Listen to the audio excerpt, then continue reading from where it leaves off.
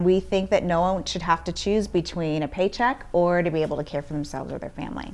For the last several years, the Women's Fund of Omaha has been pushing for Nebraska to mandate paid sick leave, paid family leave, and paid safe leave. So far, businesses are not mandated to give employees any of these benefits, with some choosing to offer employees these protections. Paid time off is crucial for workers to be able to take the time off they need to care for themselves, to care for a family member, to care for a close relative, and then still be able to be productive and loyal to their business. Me and my wife are working parents, and we have seen firsthand how difficult it is to make trade-offs with working full-time and being able to take the necessary time we need to be with our family. State Senator and candidate for Congress Tony Vargas sponsored a bill this past year that failed on the legislative floor.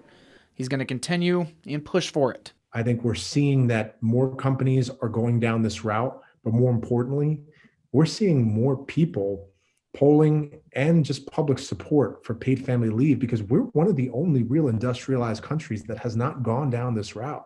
These bills routinely are not supported by conservative, often rural lawmakers, saying last year on the floor, it hurts small business. We can't afford any more mandates. You're killing rural Nebraska. If you want to do it for the 3 big counties, fine, but leave us alone. Paid leave laws are also often halted by the business community. In a statement to 3 News Now, head of the Nebraska Chamber Brian Sloan says Congress, not state lawmakers, should take the lead, so there's not a patchwork of laws across the country. Businesses also do not want a one-size-fits-all approach, saying employers need to have leeway to work with employees and new hires to construct benefits packages that work for their sector, region, economic conditions, and employee base. But Joe Giles with the Women's Fund says until there is a law, some businesses will choose to not offer employees paid leave, forcing their employees to come to work sick or miss precious family time. I think we do need a law for this to happen because not all businesses are operating at the same level in terms of providing these benefits for workers. Both supporters and opponents of paid leave point to the current climate as a reason to pass or not pass paid leave policies. Advocates say the pandemic showed families need flexibility and assurance that they can take time off when needed. But Zoe Olson with the Nebraska Restaurant Association points to hiring challenges and the rising cost of goods like frying oil, saying how many more things do we need to add to our nation's second largest industry and expect them to stay in business.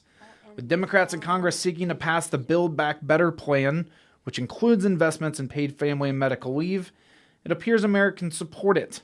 Recent CBS News poll showed 73% of Americans want the federal government to pay for these policies. The data overwhelmingly supports paid leave, paid sick leave are really good investments in people. And when we invest in people, companies and economies thrive.